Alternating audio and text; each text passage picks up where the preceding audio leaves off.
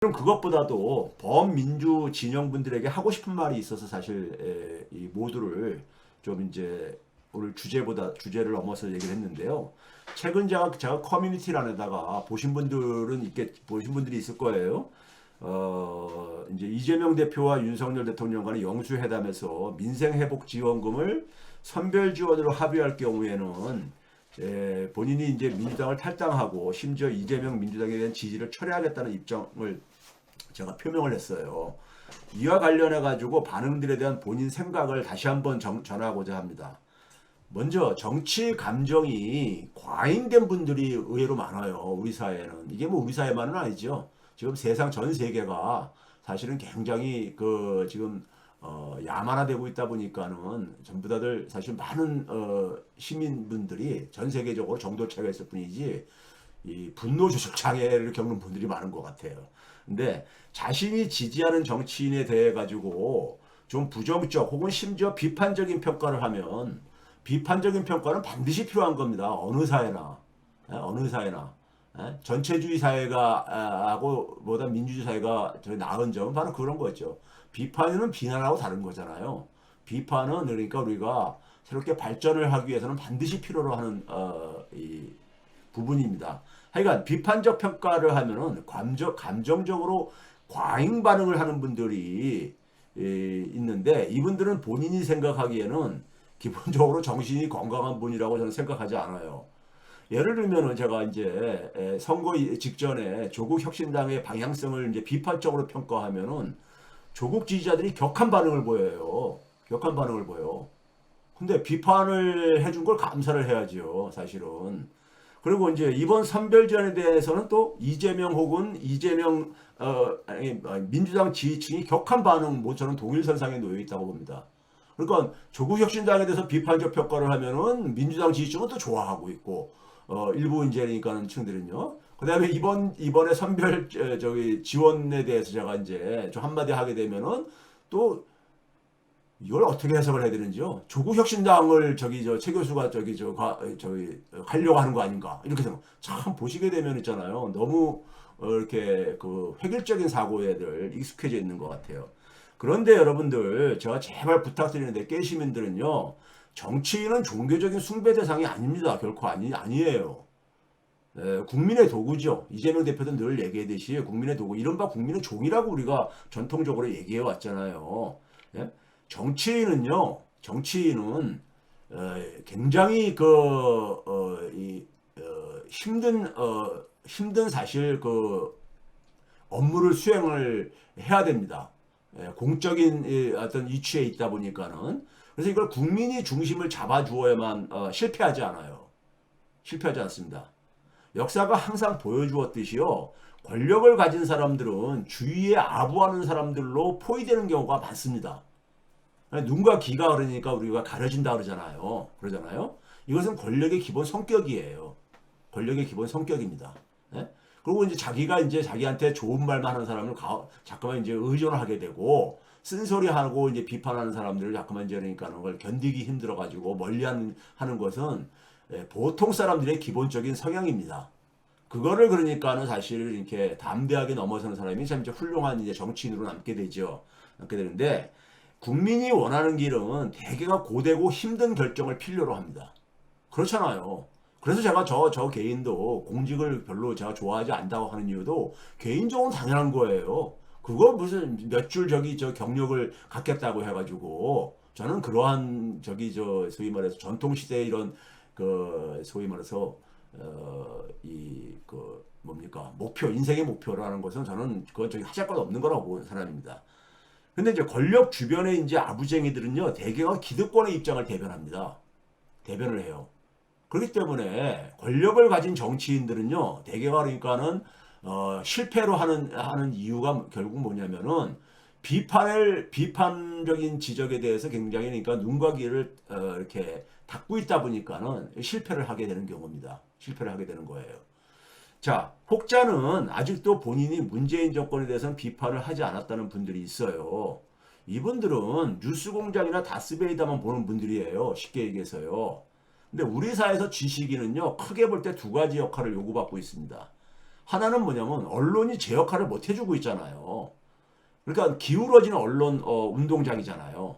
이걸 바로잡는 역할도 해줘야 되는 거예요. 언론을 유일하게 그러니까는 언론의 문제점을 지적할 수 있는 이 영역이 바로 지식인들의 영역입니다. 지식인들의 영역이요.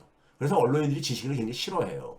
싫어합니다. 근데 그 서로가 어쨌든 간에 이 상호 견제와 균형이 사회적으로 이게 이루어져 있어야지만이 사회는 건강해질 수 있습니다.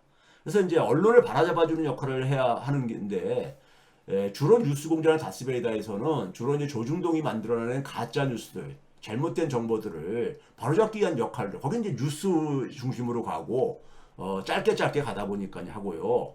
그 다음에는 뭐냐면은 제가 최백은 TV를 개설을 하면서 처음부터 그랬잖아요.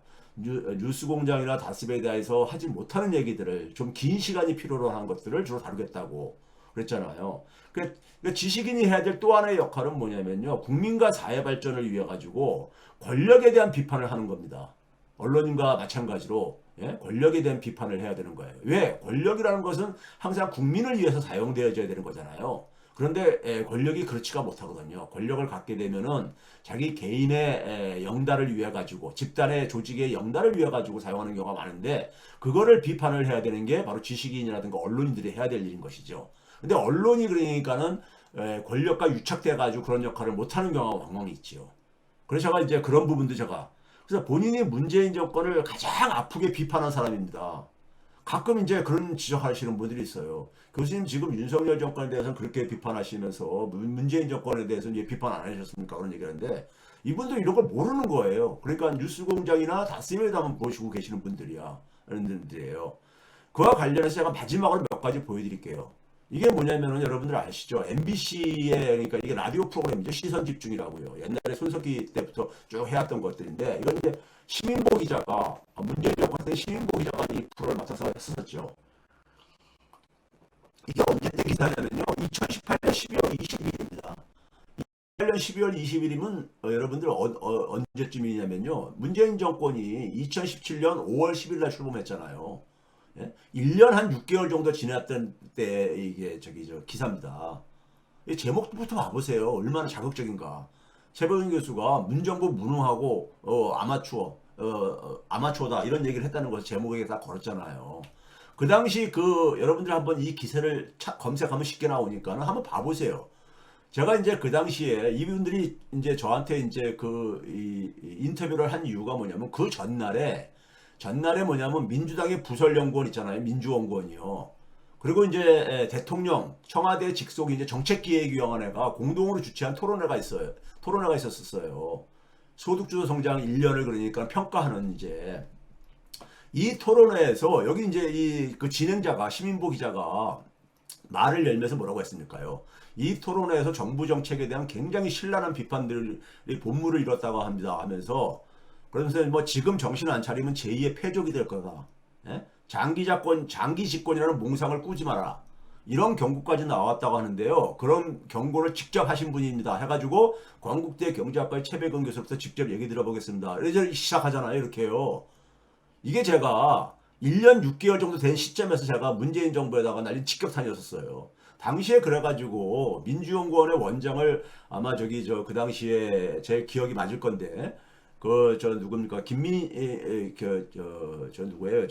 김민석 의원이 하고 있었었고, 그 다음에 이제 이 대통령 직속 정책개혁위원회를 제가 개인적으로 잘 아는 정혜구 교수가 하고 있었어요. 위원장을요. 그래서 저한테, 교수님 너무 하신다고 그러는데, 뭘 너무 하냐고, 당신들 정신 차려야 된다고. 그처럼 진짜 당신들 제2의 패족대, 예? 그러니까 뉴스공장이나 다스베이다에서는 그러니까는 문재인 정권을 이렇게 방어해주는데 그 여기서 이제 그랬던 게 뭐냐면요. 소제목으로 나오잖아요. 당시에 뭐냐면 토론을 부탁해가지고 제가 뭐냐면 토론문을 보내줬어요. 토론문도 배포를 안 하더라고. 그러니까 제 토론문이 굉장히 불편했던 거예요. 예? 불편했던 거야. 근데 제가 1년 6개월 만에 이런 평가를 했다니까요. 이런 평가를 했어요. 그래서 문재인 정부 2기 경제팀, 당시 홍남기 경제팀을 세우는 거 보면서 박근혜 경제 3기 팀과 똑같다고 하면서 제가 이런 얘기 했어요. 그러니까 쓴소리를 듣기 싫어가지고 듣기 싫으면 당신들 실패한다. 실패하고 내가 볼 때는 실패의 길로 가고 안 됐다. 이런 얘기를 했던 거예요. 네? 근데 이제 이런 얘기를 제가 했었죠. 1년 6개월 만에 이런 소리를 한 민주 진보 진영에 누가 있었습니까? 지식인 중에요. 이렇게 신랄하게 비판한 사람이요. 예? 저는 그 당시에 그러니까 그 당시에 그 제 비판대로 비판 제대로 듣고 했으면은 정권 안 뺏겼죠. 예? 정권 안 뺏겼죠. 그렇죠? 이해찬 의원이 한 20년 집권해야 된다 그랬는데 내가 그래서 장기 집권 꿈도 꾸지 말라고 이런 실력 가지고는 그랬었어요. 그래서 문재인 정부가 착한 의사일지는 모르지만은 실력 없는 의사다. 제가 이런 얘기했어요. 실력 없는 의사는 환자한테 도움이 안 된다. 이런 얘기했습니다. 그 다음에 부동산 정책도 마찬가지예요. 이게 이제 최경영 기자가 아침 프로 맡기 전에 최강 시사라고 해가지고 아침 프로 했었잖아요. 그 전에 뭐 했냐면 오후에 최경영의 경제쇼를 진행을 했었어요. 오랫동안. 나중에 이제 그걸 바톤 터치를 홍사훈 기자가 이어서 했었었죠. 제가 여기 이제 고정으로 오랫동안 나갔었거든요. 최경영의 경제쇼를요. 홍사훈의 경제쇼도 마찬가지고요. 이게 뭐냐면 2020년 11월 4일 때예요. 일단 이 당시까지 제가 꾹꾹 참고 계속해서 얘기를 했었죠. 문재인 정부에 대해서요. 근데 여기 제목을 뭐라고 뽑았냐면요. 최경영 경제쇼에서 최백원 교수가 문재인 정부의 부동산 정책은 실패했다. 이게 뒤에 콩콩감이 잘려가지고 그러는데 거기 원래 기사를 보면 그렇게 됩니다. 부동산 정책 실패했다고 그랬어요. 네? 부동산 정책 실패했다 이런 얘기했죠. 그 다음에 뭐냐면은 제가 문재인 대통령이 최저임금 1만 원 공약을 달성하지 못하고 공약을 포기해서 죄송하다고 국무회의를 통해 사과 발언할 때 제가 그 얘기를 미리 듣고서는 그거 포기하지 말라고 살릴 수 있다고 해가지고 YTN의 노종면 기자가 지금은 이제 국회의원 됐죠 이번에요. 노종면 기자가 진행하는 더 뉴스에 출연해가지고 최저임금 1만 원 달성 가능하다고 하면서 사회금융 도입을 제가 하면은 저기 개념을 활용하면은 가능하다고 제가 방송 나가서 이렇게 얘기했던 사람이에요. 그러니까 문재인 정부의 핵심적인 부분들을 제가 다 건드렸던 거예요. 다 건드렸던 겁니다. 자, 제가 이제 이런 얘기를 이제 하는 거는 여러분들 제발 그러니까 저한테 뭐 저 문재인 정부는 그렇게 저는 지식인이에요. 지식인은 권력도 비판을 해야 돼요. 그렇지만 조중동이 하는 것을 그러니까 우리가 문제를 지적하는 거하고는 또 다른 차원인 거예요. 조중동은 가짜뉴스 많이 만들어냈잖아요. 예, 저에 대해서 가짜뉴스 굉장히 많이 만들어내고 있고. 자, 그리고 이제 문제를 지적하거나 비판을 하더라도 개인적으로 전달하지 왜 공개적으로 하냐고 따지는 분들이 있어요. 아프니까는 아픈 부분은 그러니까 드러내기 싫은 거죠. 그런 분들의 심정은요. 그런데요, 정치는 그렇게 하는 거 아닙니다. 정치는 가능한 한 국민이 공유할 수 있도록 공개적으로 소통이 되어야만 합니다. 왜 그런지 아세요? 왜 그런지 아세요? 제가 그랬잖아 아까요. 예? 국민이 중심을 잡아줘야 되거든요. 그러니까 국민이 뭐냐면은 문제점을 알아야지요. 그래서 제가 공개적으로 그거 하는 겁니다. 예? 정치인을 움직이는 것은 결국 국민의 목소리이기 때문입니다. 그걸 사적으로 전달하면요, 정치인들 안 움직여요. 자기 별로 그러니까는 국민들로부터 지적 안 당하고 그러면은요, 개인적 전달 같은 경우는 이 내부 권력 싸움의 재료로 전락하기 쉬워요. 그래서 우리가 정권이 끝나고 난 다음에 여러분들은 일반 국민들은 비사로 굉장히 이런 걸 듣고 그러잖아요. 근데 왜 그걸 비사로 들어야 돼요? 굉장히 중요한 이슈들을. 예? 국민들이 알아야지요. 중간중간에. 알아야 되는 거죠. 그 다음에 이제 가장 핵심적인 것은 뭐냐면은 본인이 이재명 민주당을 지지하는 이유도 여기에 관련되어 있는데 소득과 금융에 대한 국민의 권리 강화 그리고 교육혁명을 이재명 대표가 받아들였기 때문에 저는 이재명이라는 정치인을 지지했던 거예요. 그거 만약에 받아들이지 않으면요, 제가 이재명이라는 정치인을 지지할 이유가 없어요. 제가 과거에 김대중 노무현 소위 말해서 문재인 정권도 공개적으로 지지를 한 적이 없는 사람이에요, 제가요. 왜 안 했느냐? 이런 거를 받아들이지 않으니까요. 이런 거 받아들이지 않는 한에 있어서는 대한민국의 민생과 민주주의는 저는 그러니까는 확립되기 어렵다고 보는 사람이에요. 그건 제가 양보할 수 없는 거예요. 지식인으로서. 이게 핵심 문제이기 때문에. 예? 민생과 민주주의는 동전의 앞뒷면이고요. 우리나라가 민주주의가 얼마나 취약한 겁니까? 윤석열이라는 괴물이 등장한 것도 민주주의가 취약하기 때문에 그런 거예요. 왜 취약하냐? 국민들의 그러니까 경제적인 권력이 너무 취약하기 때문에 그런 거예요. 국민들이 경제적인 자신의 기본적인 권리를 모르고 살고 있기 때문에 정치인들이 그것을 그러니까 우리가 시행을 해줘야 되는 것인데요. 예? 그래서 정치인 이재명이 이런 그러니까 우리가 소득과 금융에 대한 기본 권리 그리고 교육혁명. 교육혁명은 대한민국의 미래와 관련된 거거든요. 우리 아이들 지금 너무너무 지금 이 불행한 상황에 지금 떠밀려 내려가고 있다고요. 예? 지금 캄캄해요. 미래가요. 지금 우리 아이들 어떤 세상에서 살아가 될지요. 지금요. 생각하면요. 끔찍합니다. 저는요. 잠이 안 올 정도로 미안하고 아이들한테. 근데 정치인 이재명이 이거를 실행하겠다고 저한테 약속을 했기 때문에 제가 그래서 공개적으로 지지를 해준 거예요. 근데 그거 안 하면은 내가 왜 지지를 해야 돼요? 내가 무슨 뭐 저기 이재명이 무슨 뭐 종교적인 지도자입니까? 무슨 뭐 예술이나 이런 석가모니 같은 사람이 아니잖아요. 예? 정치인은 끊임없이 뭐냐면 국민들로부터 국민들이 중심을 잡아줘야 된다니까요. 그렇지 않으면은 권력에 안주하게 돼요. 권력에 안주하게 됩니다. 이재명 정치인이 이것을 추진하지 않으면요. 이재명 민주당은 김대중 민주당, 노무현 민주당, 심지어 문재인 민주당과 하나도 차이가 없습니다. 더 근본적으로는 국힘당 정권의 경제 철학이나 정책 등과 차별성을 갖지 못합니다. 진짜예요. 이건 제가 평생을 제가 경제학을 공부하고 내리는 결론이에요.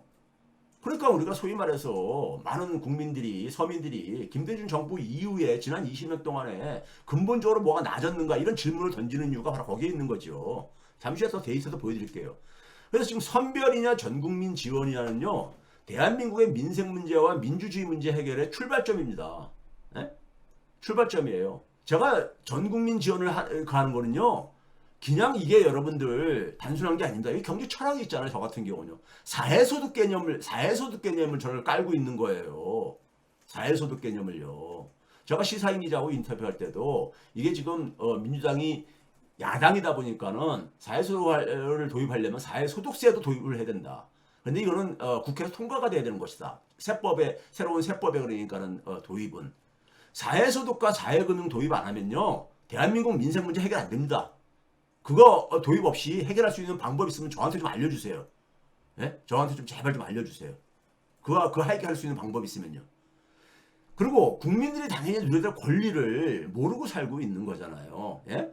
그래서 이 그 민생 문제와 민주주의 문제 해결의 출발점이고 이것을 추진하지 않는 정치인과 정당을 본인이 왜 지지해야 돼요? 네? 저의 그러니까 학문적인 수십 년간의 결론이자 이 지식인으로서의 가장 핵심적인 이 문제라고 생각하는 것을 안 하면 제가 왜 그걸 지지를 해줘야 돼요?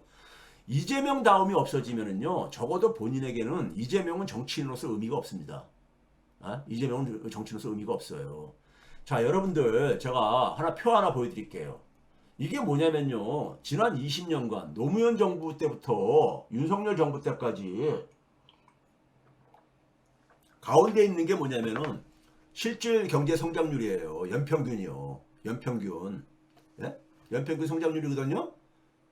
그 봐보세요. 성장률은 그러니까 시간이 지나면서 계속 내려간다는 거. 그거 좋아요. 쭉 떨어져 왔잖아요. 떨어졌는데 가계의 실질 가처분 소득 연평균 증가율이요. 가계가 쓸 수 있는 소득 그리고 물가 상승률을 제외한 실질 소득 연평균 증가율을 봐보세요. 증가율도 보게 되면 증가율은 그냥 일방적으로 떨어지지 않았죠. 박근혜 때 갑자기 점프하죠. 점프했다가 그러다가 이렇게 떨어지잖아요. 지금 윤석열 정부에서 그러니까 이게 1%도 안 되는 거예요. 네? 안 되고 있는데 문제는 뭐냐면은 성장률 대비해가지고 가계소득의 증가율을 한번 봐보세요. 노무현 정권 때 0.7배 정도 그러니까는 가계소득이 증가했습니다. 가계가 그러니까는 경제 성장률만큼 잘 안 증가하는 거예요. 유일하게 성장률 값을 넘어섰던 게 뭐냐 박근혜 정권 때입니다. 여러분들 불편하지만은 이게 진실이에요. 통계 수치는 거짓말을 안 하니까요. 문재인 정부 때 0.9배로 올라갔지만은 워낙 근데 낮았어.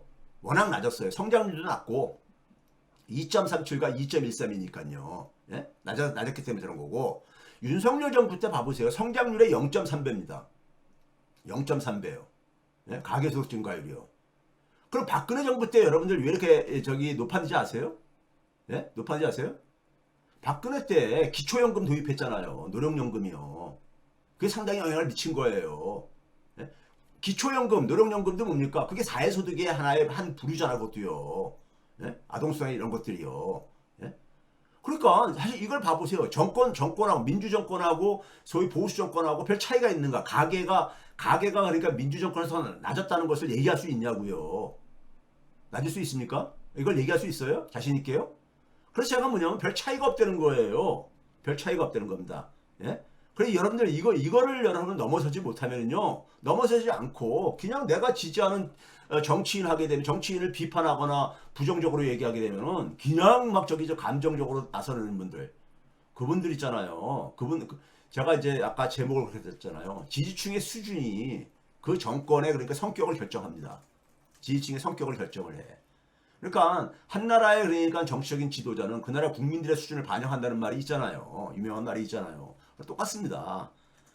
혹자는 또 이런 말을 해요. 이재명 대표가 선별로 입장 전환을 한다는 말을 한 적이 없는데 왜 성급하게 지지 철회를 운운하고 묻습니다. 근데 제가 이재명 대표를 믿지 못한다고 말한 적이 없어요. 네? 없어. 무엇보다 이재명 대표의 입장을 지원하기 위한 발언으로 제가 쓴 거예요. 이것을 이해하지 못했다면요, 여러분들 정치적인 독해 능력에 참 문제가 심각한 겁니다. 내가 믿지 못하는 것은 뭐냐면요, 본인이 믿지 못하는 것은 뭐냐면 민주당의 다수의 국회의원들입니다. 다수의 국회의원들이에요. 그러면 일본 또 이런 말을 해요. 21대 국회는 수박들이 워낙 많았지만은 22대는 다를 겁니다. 여러분들 착각하지 마세요. 착각하지 마시라고요. 좀 멀리 거슬러 올라가 볼까요? 노무현 탄핵 때, 노무현 대통령 탄핵한다고 할 때 이른바 탄핵돌이라고 해가지고 국회의원 배지한 사람들 있죠. 정치인들이요. 제가 거기 그 탄핵돌이 출신들 국회의원들을 꽤 많이 아는 사람인데, 제 후배뻘이나 제자뻘 되는 저기 친구들이 많이 들어갔기 때문에. 근데 그 친구들 참 진짜 보게 되면 변변치 않은 활동하다 갑자기 탄핵 열풍 속에서 국회에 배지한 사람들 많긴 많았었어요. 제가 볼 때는 실력도 없는데, 국회의원 할 만한 실력도 없는데, 갑자기 그러니까 막 저기 이 벼락 출세 하듯이 이렇게 된 사람들 많았었어요. 근데 그나마 뭐냐면 그래도 굉장히 당시에 노무현의 시대 정신을 쫓으면서 했는데, 지금 그 사람들 대부분 어떻게 됐습니까? 제대로 소신을 지키는 분들이 몇 명이나 있다고 생각하냐고요. 그 탄핵돌이 중에서. 제가 뭐 개인적으로 이름들은 얘기를 안 하겠습니다. 게다가 국회의원 자리가 사람을 변하게 만듭니다. 국회의원 그러니까 한 2, 3대, 심지어 어떤 사람은 한 번 정도 하다가도 한 번뿐이 안 했는데도 불구하고, 그것도 비례대표로 했는데도 불구하고 귀족 다 되는 사람이 있어요. 귀족 자신이 꼭 귀족이 된 것처럼. 참 그런 거 보면요, 참 그런 거 보면은 저 사람 수준이 저 정도뿐이 아니었었는가 하면서 제가 이제 그런 생각을 합니다. 그러니까 민주당 정치인 대다수가 경제 철학에서 국힘당과 별 차이가 없다고 본인이 줄기차게 말해오지 않았습니까요? 22대 국회랑 달라질 것 같아요? 봐보세요. 봐보시라고요. 똑같아요. 똑같습니다. 이런 여의도 구조 속에서요, 이재명이라는 정치인이 겪는 어려움을 알기 때문에 제가 밖에서 목소리를 내는 것이에요. 그들을 견제하기 위해서. 적어도 그러니까 최백은이 지켜보고 있다. 눈 똑바로 쳐다보고 있으니까는, 헛소리들 하지 말라고 제가 경고장을 날린 거예요. 그게 커뮤니티에다가 글 쓴 이유입니다. 그리고 여러분보다 내가 정치인 이재명에 대한 경험이 많잖아요. 솔직히 말해서요. 이재명한테 소위 말해서 우리가 시샘말로 하는 경제 과외도 한 사람이고, 그분의 품성도 제가 알아요. 제가 그런 얘기 하지 않았나요? 가끔 저기 과거에 보거든. 이재명이라는 개인이 보게 되면 굉장히 성격이 샤이한 사람입니다. 이 인상은 굉장히 날카롭다고 하는 사람이 많은데 전혀 날카로움이 없는 사람이에요. 그리고 이 대인관계 그분의 인생을 한번 생각해 보세요. 인생을 보게 되면은 대인관계가 그렇게 아주 다양하게 많은 이런 삶을 산 게 아니잖아요. 그러다 보니까 이분의 품성은 뭐냐면요, 다른 사람한테 막 싫은 소리를 잘 못해요. 싫은 소리를 잘 못해요.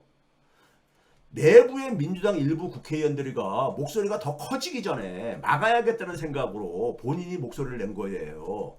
목소리를 낸 겁니다. 이재명 대표의 품성을 알기에 목소리를 낸 것이에요. 여러분들 이것과 관련해서 하나 일화 한번 제가 소개한 적이 있었죠. 2020년에 민주당 당내 내부 경선이 있었었죠. 경선이요. 그때만 하더라도 이제 그러니까는 이제 그 뭐 이낙연 뭐 저기 소위 말해서 그다음에 누굽니까, 저기 그 여러 민주당에서 정세균, 추미애 뭐 이렇게 해가지고 할 때잖아요. 여러분 2020년 여름 7월달경에요. 당시에 이제 그러니까 막 TV 토론도 하고 이러는데 당내 경선이었었습니다. 근데 근데 이재명 지지층들에서 굉장히 불만이 좀 튀어나오고 그랬었어요. 아, 토론이 너무 그냥 깝깝하다 이거예요. 고구마 먹은 듯이 이런 얘기들이 많이 나왔었습니다. 예? 그래가지고 제가 이제 그 비서진들한테 왜 그런 거냐 이렇게 해가지고 물어봤어요. 물어봤더니만 저희들도 좀 답답합니다 교수님. 그럼 얘기를 좀 해. 그랬더니만은 예? 했더니만은 저희들은 얘기를 못 한다는 거예요. 예? 그래가지고 교수님이 그래도 연배가 있으시고 그러니까 교수님이 좀 대신 좀 와서 말씀 좀 해주면 안 되겠냐는 거예요. 그 당시 굉장히 일정이 바빴었거든요. 일정이 바빴었는데 저기 여의도 그러니까 그 뭐 그 당시 저기 저 극동 빌딩 거기에 이제 선거본부가 꾸려져 있었기 때문에 제가 갔어요. 그게 7월 달입니다. 7월 달. 네? 가가지고 근데 교수님 시간은 많이 못 드립니다. 한 30분 정도. 또 이제 뭐 외신하고 인터뷰도 있고 그러기 때문에 그래서 30분이면 충분해. 그래서 한 30분 정도 한 사무실에서 독대를 했어요. 독대를 아무도 배석 안 하고 네? 해가지고 제가 당시에 뭐라 그랬냐면은 이재명 대표한테 면전에서 제가 뭐라 그랬냐면요. 제가 워낙 목소리가 좀 크잖아요. 그래서 바깥에서는 싸마는 줄 알았대. 근데 제가 빨리 얘기를 짧은 시간 동안에 전달하기 위해서 제가 그때 뭐라 그랬냐면요. 그런 얘기 했어요. 면전에서요. 네? 이재명이라는 사람이 대통령이 돼도 조중동은 당신을 대통령으로 인정하지 않습니다. 네? 인정하지 않습니다. 노무현 때 못 봤습니까? 네? 우리 사회 기득권층이 그런데 지금 제가 말씀드리고 싶은 것은 당신이 지금 여기까지 온 거는 변방의 정치를 여기까지 온 거는 이재명 다움이다. 이재명 다움. 근데 이재명 다움이 안 보인다. 최근에 당내 경선에서 보니까는 안 보인다 그랬어요. 그랬더니 그분이 뭐라고 그랬는지 아세요? 여러 얘기는 다 빼고 그 얘기만 지금 그때 뭐라고 하셨냐면은 이런 얘기 하시더라고. 그래도 당내 경선이 끝나면은 같이 가야 될 식구들인데 한 식구들이죠.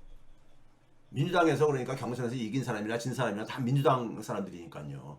같이 가야 될 사람들인데 너무 모질게 얘기할 수가 없다는 거예요. 그러니까요. 예? 더군다나 그거를 이제 그 이전에 그러니까 문재인 대통령하고 같은 이 갈등이 본인이니까 공개적으로 그러니까 사과까지 할 정도로까지 이런 경험도 있고 그러다 보니까는 너무 그러니까는 상대방이 그러니까 우리가 막 TV 토론하면 상대방의 약한 부분을 막 공격도 하고 그래야 되잖아요. 근데 그런 거 못 하겠다라는 거예요. 예, 못 하겠다라는 거예요. 근데 하여간 제가 그래서 그런 분이에요. 이분이요. 품성이 굉장히 여려요. 마음이 여리시다고. 물론 그 이후에 계속해서 이렇게 발전을 하고 있습니다. 굉장히 바람직하게 발전을 하고 있는데 그래도 여전히 민주당 여의도파는요. 여의도는 보수적인 동네입니다.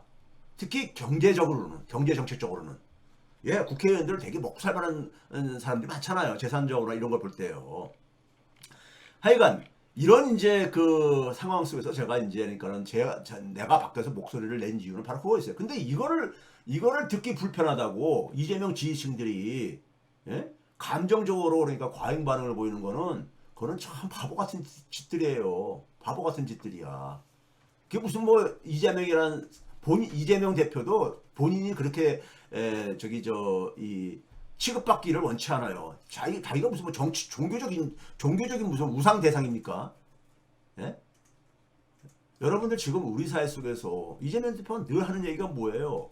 국민을 위해 가지고 정치인들은 그러니까는 도구로 쓰여져야 되는 건데 지난 20년 동안에 이 민주정권이 3번이나 이렇게 있었음에도 불구하고 뭐가 낮았습니까? 솔직히 말해서요. 예? 민생이 해결됐습니까? 민주주의가 제대로 뿌리를 내렸습니까? 그게 제대로 됐으면은요, 윤석열 정권이라는 이런 그러니까는 구구 정권이 탄생 안 하죠. 대한민국에 탄생할 수가 없지요. 예? 그래서 여러분들이 제가 이 선별과 전국민주연을 왜 이렇게 그러니까 그 민감하게 받아들이냐? 이거는요 사회소득의 철학이 들어가 있는 거예요. 사회소득의 철학. 사회소득 도입 안 하면요 대한민국 서민들 경제에 삶 안 나아집니다. 제가 그러잖아요. 놔줄 수 있는 방법을 저한테 얘기해달라고. 그거 말고. 그럼 제가 따를 테니까요. 네? 그동안 제가 방송에서 얼마나 얘기하고 제가 책까지 썼습니까? 지금 화면에 책 보이죠? 그 책을 좀 읽어보셔. 사회소득이 뭔지 모르시는 분들은요. 네? 개인적으로 물어보지 마시고 아니면 방송을 찾아서 보시던지요. 자, 이 정도로 제가 오늘 처음 시작하는 부분들을 얘기하고요. 오늘 이제 본 주제로 넘어가도록 하겠습니다. 벌써 이것도 한 30분 지났네요. 그래서 제가 인사를 못 나눈 이유가 좀 시간을 절약하기 위해서 했습니다.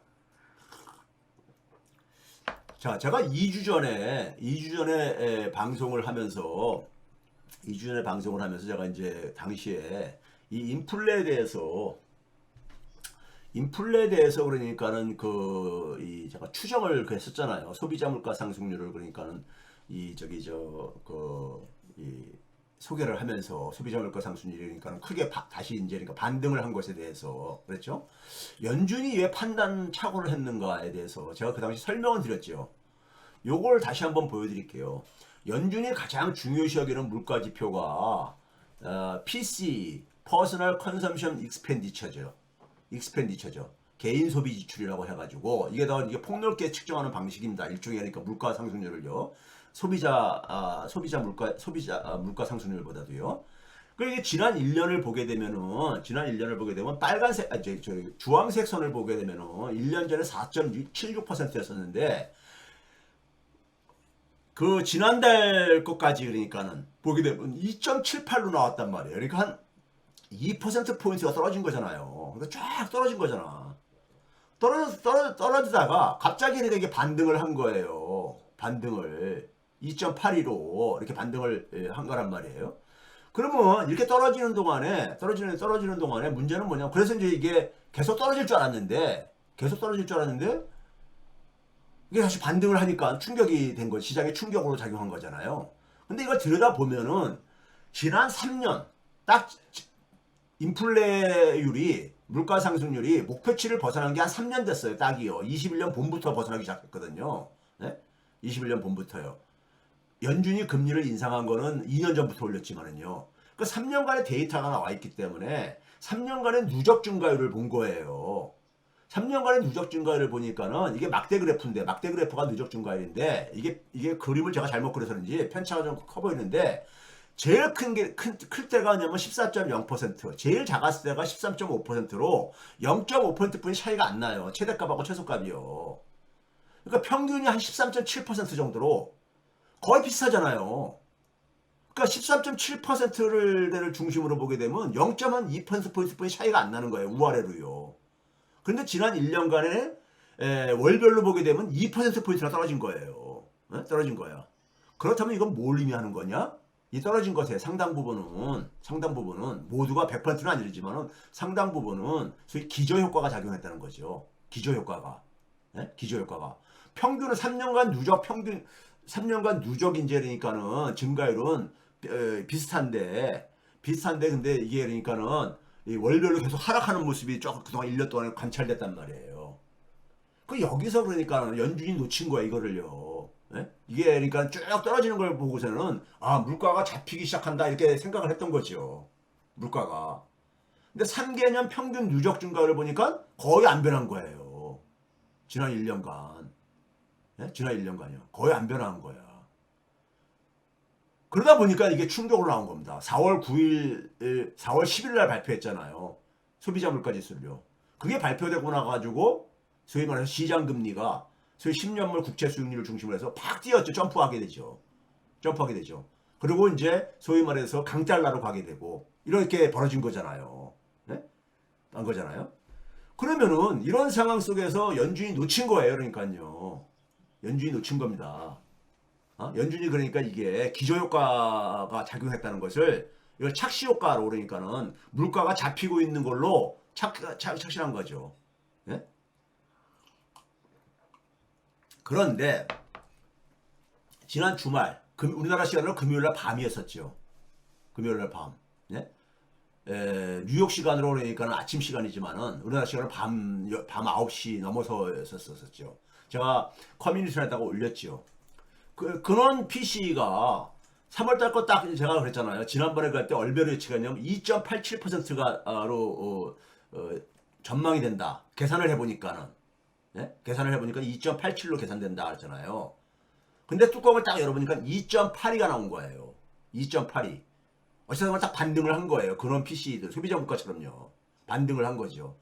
이게 근원 PC는 그러니까 23년 1월 달부터 계속 하락을 해왔거든요. 계속 하락해왔습니다. 한 달도 안 쉬고. 한 달도 안 주고 계속 하락했는데 이 하락세가 멈춘 거죠. 멈추고 살짝 반등을 한 거죠. 살짝 반등을 한 거예요. 예? 그러니까는 이제 어쨌든 간에 제 전망보다는 조금 낮았지만은 그래도 거의 비슷하게 얼추 비슷하게 어쨌든 반등으로 어쨌든 간에 이게 확인이 된 겁니다. 반등이 된 거예요. 그런데 문제는 뭐냐면 똑같은 방식으로 추정을 했을 때 이제 5월 31일 날, 5월 마지막 날에 4월 달 PC가 발표됩니다. 4월 달 PC가 그때 발표되는데 4월 달 거를 제가 그 똑같은 방법으로 계산을 해보니까는 3%로 나오더라고요. 그럼 이건 굉장히 충격이 될 수밖에 없습니다. 큰 충격이 될 수밖에 없어요. 물론 이거는 그냥 그동안의 흐름이 그러니까 흐름을 전제로 해서 계산을 한 거기 때문에 틀릴 수도 있어요. 틀릴 수도 있는데 이게 3% 다시 반등하게 되면은 시장이 충격을 먹을 거라고 저는 생각이 들어요. 네?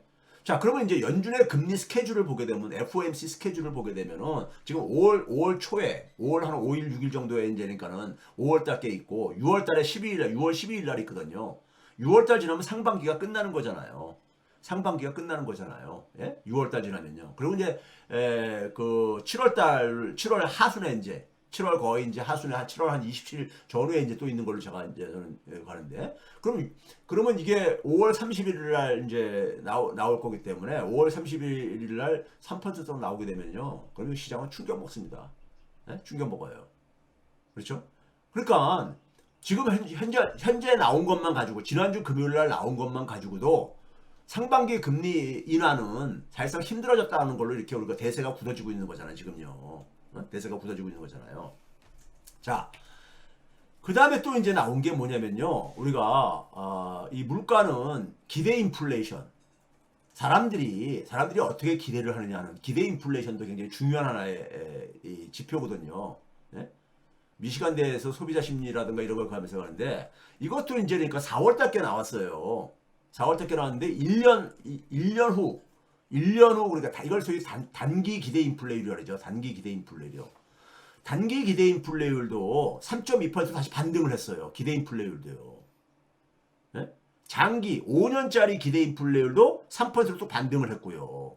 반등을 했고. 그러니까 기대 인플레이율도 반등을 하고 이제 그런 상황 속에서 물가가 굉장히 불안한 모습을 연준이 그러니까는 소위 말해서 올해 그러니까 한 3회 정도 인하하고 싶었던 희망 사항이 이게 그러니까 사실상 소멸돼 가고 있는 거잖아요. 되려면은 올해 3회 하려면 6월 달에는 한 번 정도는 올려야 되는데 사실상 그게 기술적으로 거의 힘들어져 가는 상황이잖아요. 예? 그럼 연준이 이렇게 판단 미스를 한 것을 제가 앞에서 설명을 드린 거고요. 그러다 보니까는 어떤 이 저기 분위기가 지금 형성되고 있냐면요. 이게 월스트리트저널 4월 25일자입니다. 4월 25일자에 티미라우스라는 사람을 지난번에 한번 소개시켜줬죠. 이 사람이 그러니까 연준의 비공식 대변인이라는 별명이 붙은 사람입니다. 그러니까 연준 내부에 그러니까는 이 분위기를 가장 잘 파악하고 있다는 이런 것 때문에 비공식 대변인이라는 별명이 붙은 사람인데 티미라우스가요. 근데 이 사람이 이런 기사를 썼잖아요. 무슨 얘기냐면 연준의 그러니까 금리나 꿈은 그러니까 사실상 그러니까 사라져가고 있다 이거예요. 슬리핑 어웨이 이렇게 됐잖아요. 예? 슬리핑 어웨이. 그러니까 연준이 그러니까 수개월 내에 금리를 그러니까 내릴 수 있다는 기대는 그러니까 투자가들은 이제 더 이상 기대를 하지 않는다 이거예요. 예? 이런 이제 기사를 쓴 게 최근에 확 바뀐 분위기인 거예요. 확 바뀐 분위기인 거야. 예? 자, 그러면 이런 상황 속에서 최근에 이제 그러니까는 1분기 성장률이 나왔잖아요. 1분기 성장률을 보면서 1분기 성장률이 작년에 그러니까 쫙 괜찮게 나오다가 뚝 떨어졌잖아요. 뚝 떨어졌는데 이 미국의 성장률은요. 한국도 그 똑같은 흉내를 내가지고 하지만은 세 차례에 걸쳐서 이거를 발표를 합니다. 처음에 이제 속보치가 나오고 이렇게 이제 두 번이서 이제 수정치가 나오고 이제 확정치까지 나오는데 이걸 보고서는 일부에서는 성장률이 뚝 떨어졌다고 해가지고 연율로 1.6%가 나온 거잖아요. 연율로요. 1.6%가 나왔는데 그게 그러니까 그 분기 성장률로 하게 되면 한 0.4% 정도 나온 거예요. 0.4%. 그러니까 굉장히 떨어진 거죠. 떨어진 건 사실이죠. 속보치이긴 하지만은 속보치인 거는 사실이지만요. 그래가지고 일본에서 스태그플레이션까지 막 튀어나오고 있더라고요. 근데 이건 저는 너무 이른 우려다 생각이 들어요. 너무 이른 우려. 저 경기 침체까지 아직 우리가 예단하기는 지금 분위기가 전혀 아니거든요. 아직은요. 경기 침체 이 분위기는요. 근데 여기에 여러분들이 미국 성장률과 관련해 가지고 이 분기별 성장률, 전분기 대비 분기별 성장률은요. 이게 그러니까는 그 계절 좀 이 분기별 특성이 좀 있습니다. 미국은 1분기, 2분기가 좀 낮아요. 낮습니다. 3분기, 4분기가 좀 높고요. 이게 2015년부터 23년 평균, 2020년은 특수한 해만 빼놓고를 제약을 보게 되면요. 1분기, 2분기가 실제 낮잖아요. 평균이요. 네? 그러니까 이 성장률에 너무 그러니까는 이 흔들리시면 안 돼요. 미국에 그러니까 지금 소비나 투자, 생산성 다 좋거든요. 다 좋아요. 아직까지는요. 그러니까 이거 가지고 스태그플레이션이라고 지금 얘기하는 것은 너무 이제 그러니까 이것은 오버하시는 거고 아직은 아니라는 겁니다. 이게 그러니까 저는 그랬잖아요. 실물 경기 침체로 그러니까는 경기 침체가 오지 않는다. 금융 충격이 이제를 이 지렛대로 해가지고 경기 침체로 이어질 가능성이 있다. 그러면 그런 상황 속에서 스태그플레이션은 얘기할 수 있지만은 그렇게 되게 되면 인플레도 굉장히 빠르게 잡힐지도 모릅니다. 빠르게 잡힐지도 몰라요. 그렇기 때문에 스태그플레이션은 이거는 그러니까 너무 그러니까는 일희일비하는 거예요. 일희일비요.